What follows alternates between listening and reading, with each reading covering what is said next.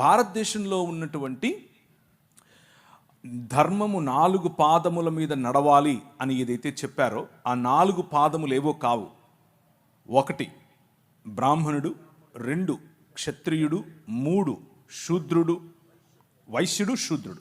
ఈ 4 పాదాల మీద నిలబడి ఉండటమే ధర్మం. అదే సనాతనం. సనాతనానికి కుల వ్యవస్థకు వేరు వేరు అర్థాలు లేవు, రెండు ఒకటే.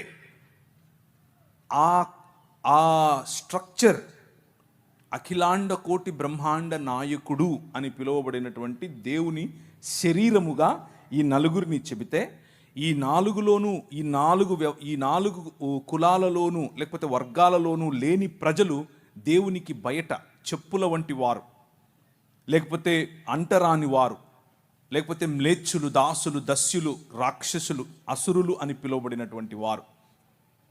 సో ఈ ధర్మమును పాటించని వారందరూ కూడా మ్లేచ్చులు, దాసులు, దస్యులు వగేరా వగేరా వగేరాగా చెప్పబడి బలవంతంగా మనిషిని ఆ ధర్మంలోనికి, ఆ మతంలోనికి దేవుళ్లను సైతం, పండుగలను సైతం మత మార్పిడి చేయగలిగినటువంటి ఏకైక వ్యవస్థ మన భారతదేశంలోనే ఉంది.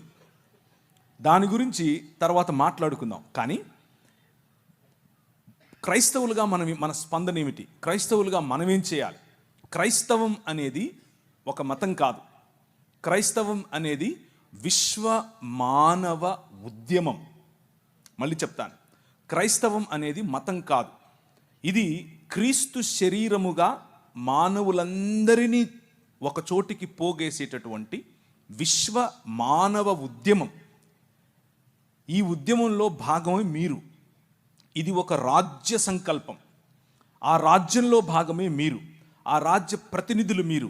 ఈ రాజ్యం, ఈ ఉద్యమం ఏం చెబుతోంది అనంటే, ఇప్పుడు క్రీస్తునందు స్త్రీ అని పురుషుడని తేడా లేదు, మనం ఒకటే.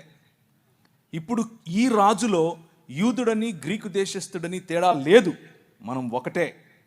ఇప్పుడు ఈ రాజులో బానిస అని లేకపోతే రాజని తేడా లేదు, యజమాని బానిస అన్న తేడా లేదు.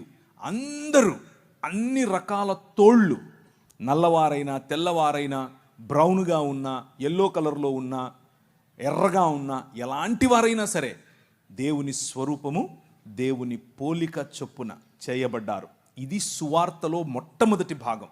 ఇది గుర్తు చేయటమే సువార్త. మనిషిని మనిషిగా చూడటమే సువార్త. మనిషిని మనిషిగా ఆలింగనం చేసుకోవటమే సువార్త.